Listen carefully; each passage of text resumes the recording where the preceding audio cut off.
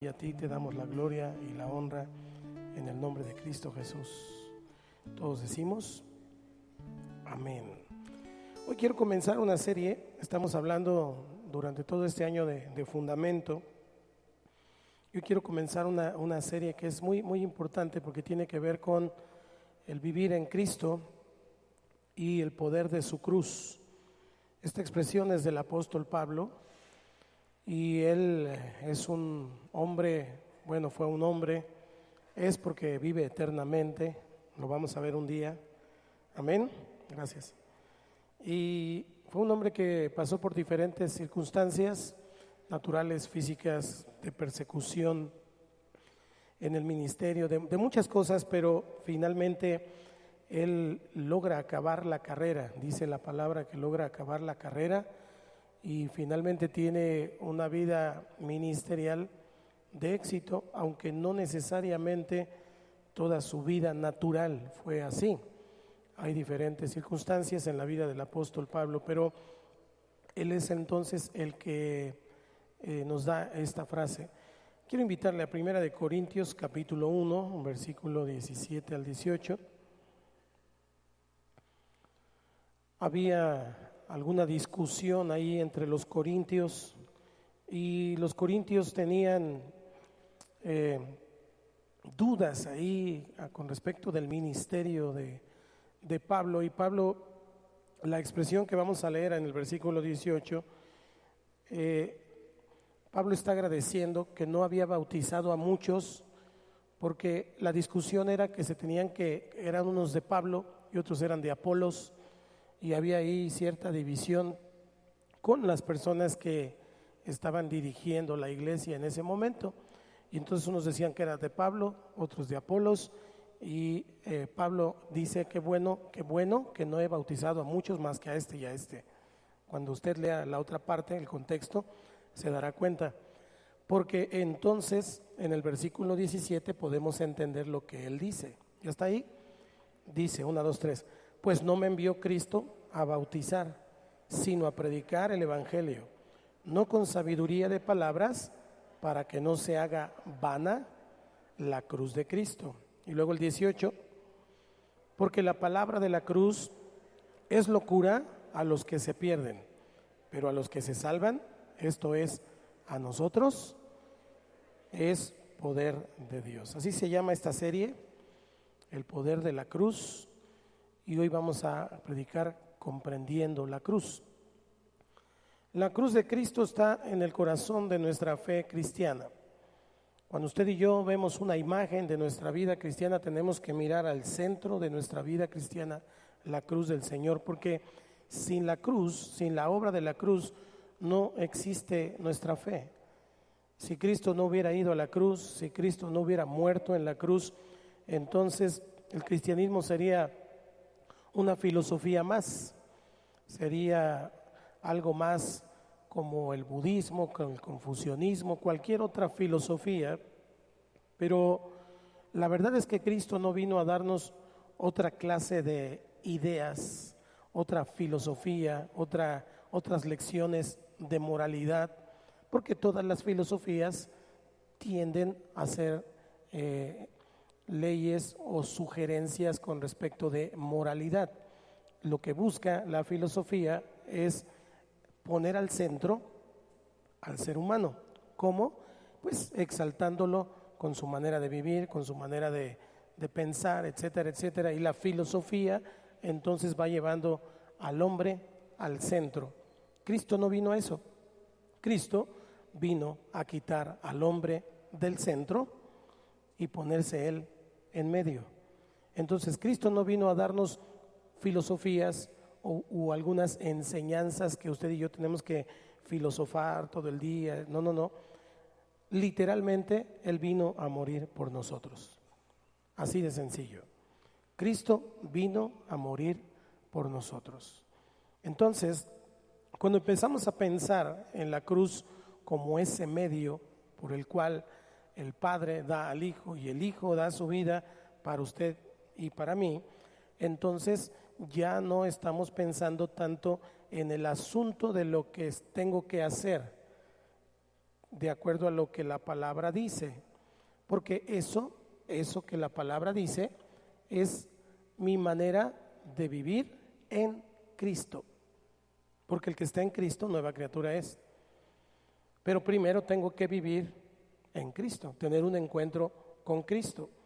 Para poder tener un encuentro con Cristo necesito comprender qué pasó en la cruz, comprender la cruz. Marcos 8:31, el Señor Jesucristo viene y comienza a enseñarle a sus discípulos y dice, y comenzó a enseñarles que le era necesario, diga conmigo necesario, que le era necesario al Hijo del Hombre padecer mucho y ser desechado por los ancianos, por los principales sacerdotes y por los escribas, y ser muerto y resucitar después de 3 días. Lo que estamos leyendo es que Cristo claramente le dijo a sus discípulos a qué había venido. Tal vez en un principio ellos pensaban que el Mesías que estaba llegando como judíos, su pensamiento era que era un libertador, que venía a sacarlos de esa opresión romana, y al principio tal vez, pero conforme fueron caminando, el Señor Jesucristo les dijo claramente, no sé si esto no sea claro, pero es tan claro como el agua, porque le dijo, tengo que padecer mucho, voy a sufrir. O sea, Cristo vino y les dijo, muchachos, voy a sufrir, voy a padecer, pero no solo eso, estos que ahorita me están diciendo jijiji, jajaja, y los ancianos y los sacerdotes y todos estos que ahorita están conmigo, todos esos me van a desechar. Y además voy a morir, pero no se preocupen, porque voy a resucitar al 3er día.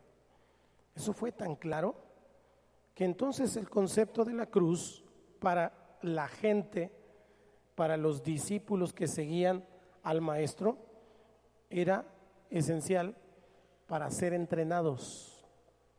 Si Cristo les hablaba de la cruz, si Cristo les hablaba de los padecimientos, si Cristo les hablaba de las persecuciones, no era para que dijeran, ay, pobrecito del Señor. No, los estaba entrenando, les estaba diciendo, y a ustedes les va a pasar lo mismo después de mí. ¿Estamos acá? Eso es el concepto que Jesús estaba hablando de la cruz.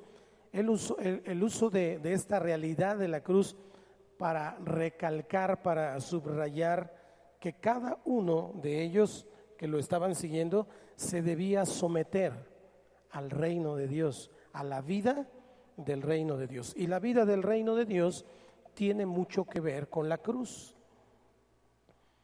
Tiene mucho que ver con la cruz, porque la vida del reino no es una vida en donde ya no hay situaciones complicadas. Cristo claramente les está diciendo, vine a eso. Pero no olvidemos que cuando Jesús comienza a predicar, Él les dice, el reino de los cielos se ha acercado. Entonces les da la instrucción, arrepiéntanse y conviértanse. Arrepentirse tiene que ver con un cambio de manera de pensar, y el convertimiento tiene que ver con seguir lo que ahora estoy pensando, no solo pensarlo, porque todos sabemos que hacer esto o aquello es bueno, o hacer esto o aquello es malo, todos lo sabemos. El punto no es saberlo. Cuando Jesús considera un arrepentimiento, un cambio de mentalidad, es cuando lo estamos haciendo, cuando lo aplicamos a nuestra vida. Entonces Jesús les estaba diciendo que la vida del reino significaba precisamente tomar la cruz, y que sus discípulos lo siguieran. Él iba a tomar la cruz, él dijo, voy a padecer, me van a rechazar, va a pasar esto y aquello, voy a resucitar, pero ustedes tomen su cruz y síganme. O sea, cada quien la suya. ¿Estamos acá? Entonces, si somos cristianos y si estamos pretendiendo vivir una vida del reino, no podemos ir caminando la vida del reino sin todo esto. No podemos ir caminando la vida del reino sin una cruz a cuestas. Cada uno debe tomar su cruz y avanzarle. No es el asunto de la cruz de aquel o la cruz del otro o la cruz de este o la cruz de ella, es tu propia cruz.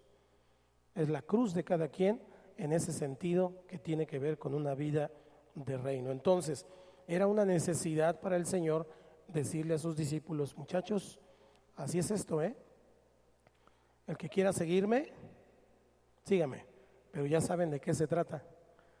Entonces, había muchos que volvían atrás.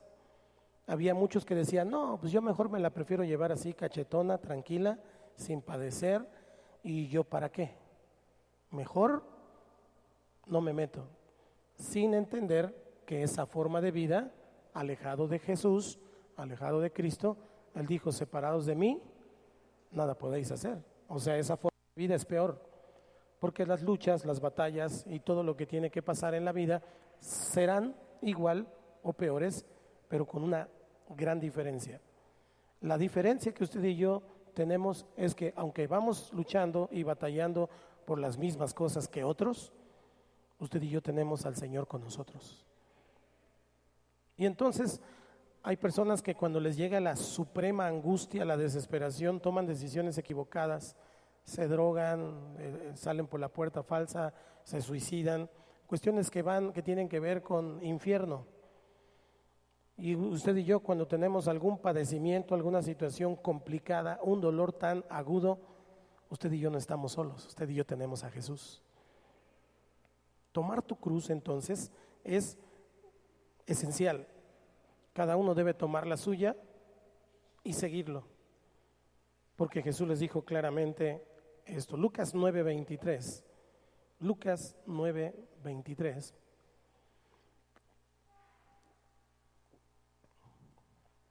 Me ayuda a leerlo, dice, y decía a todos, diga conmigo, a todos. Es importante leer despacio, digo, no solo la Biblia, todo lo que léalo despacio, comprendiendo, a su ritmo, pero al ritmo que comprenda. Y dice, y decía a todos, y decía a todos. Esto significa que no nada más le dijo a Pedro, no nada más le dijo a Juan, no nada más le dijo a Andrés, también le decía a las mujeres que los acompañaban, a la multitud que estaba con ellos, a todos aquellos que querían seguirlo, les dijo a todos. ¿Qué les dijo? 1, 2, 3. Si alguno quiere venir en pos de mí, niéguese a sí mismo, tome su cruz cada día y sígame. A todos, diga conmigo, a todos. Ahora dile que está a tu lado, también a ti. Lo que Jesús está diciendo, si me quieres seguir, si quieres venir en pos significa atrasito de mí, a un ladito de mí, junto a mí. Si quieres venir junto a mí, entonces lo primero que tienes que hacer es negarte a ti mismo. ¿Qué es negarte a ti mismo? Vamos a poner un ejemplo muy claro. Tocan la puerta, tú abres la puerta y dice, ¿te encuentras? Y tú dices, no, no estoy. Eso es negarse. Ahora, yo sé que a lo mejor eso hace a veces a los de Coppel o a los de no sé quién. Eso no se vale. No se aplica así. Como un día mi mamá era una niña y mi abuela también venía el abonero en aquellos tiempos. Estoy hablando de hace como 50 años, no sé cuánto. Mi mamá era una niña, imagínense. Entonces, mi abuelita le dijo, dile que no estoy. Y se escondió atrás de la puerta. Y entonces mi mamá sale ahí con su carita, ¿verdad? Le dice, ¿a quién busca? ¿A tu mamá, niña? Ah, no está. Se fue al mercado. Algunos han instruido a sus hijos de alguna manera así. Dile que no estoy. Dice que no está, ¿no? Se fue al mercado. Ah, sí. Pero a mi abuela se le veían los pies de aquí para abajo atrás de la puerta. Y entonces le dijo, ¿a poco se fue al mercado? Y le empezó ahí a sacar, ¿no? Sí. ¿Cuánto tiempo tiene? Ah, ya tiene un ratito. oye niña, ¿y entonces de quién son esos pies que están allí? Y le dice mi mamá,